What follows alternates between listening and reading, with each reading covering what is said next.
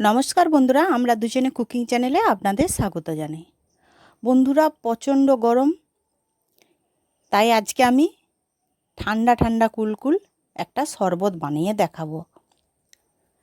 তো আমি এখানে একটি আনারস নিয়েছি, একদম গাছ পাকা আনারস, দেখতেই পাচ্ছেন।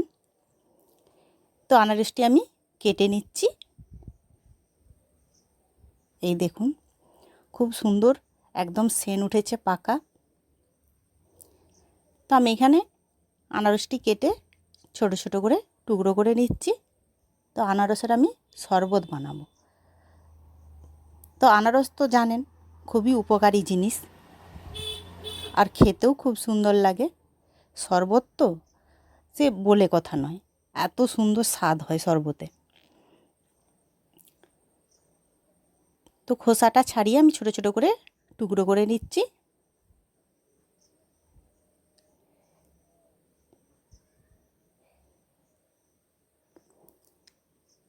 এরপর আমি জুসারের মধ্যে দিয়ে আমি জুস তৈরি করে নেব। এবার আনারসের টুকরোগুলো আমি জুসারের মধ্যে দিয়ে দিচ্ছি, দিয়ে আমি জুস বানিয়ে নেব। তো সামনেই তো জামাই ষষ্ঠী, তাহলে আপনারাও জামাইকে বানিয়ে খান।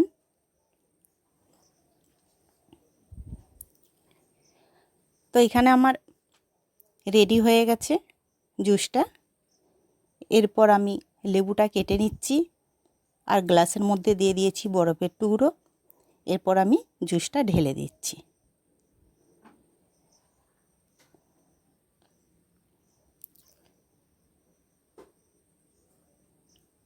দু গ্লাস জুসটা ঢেলে দিলাম। এরপর দিয়ে দিচ্ছি অল্প একটু জিরে ভাজা, জিরে ভাজার গুঁড়োটা আমি দিয়ে দিলাম। এরপর দিয়ে দিচ্ছি বিট নুন।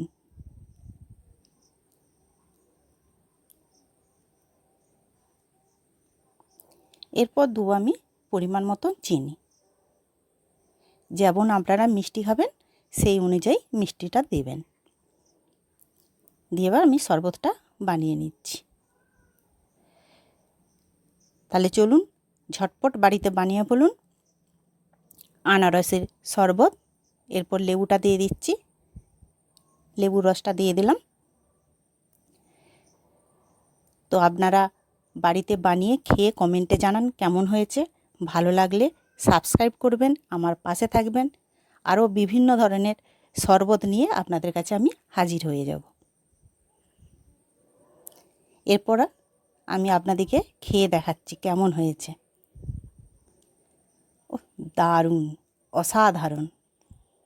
এই ঠান্ডায় এক গ্লাস শরবত হলে জীবনটা জুড়িয়ে যাবে।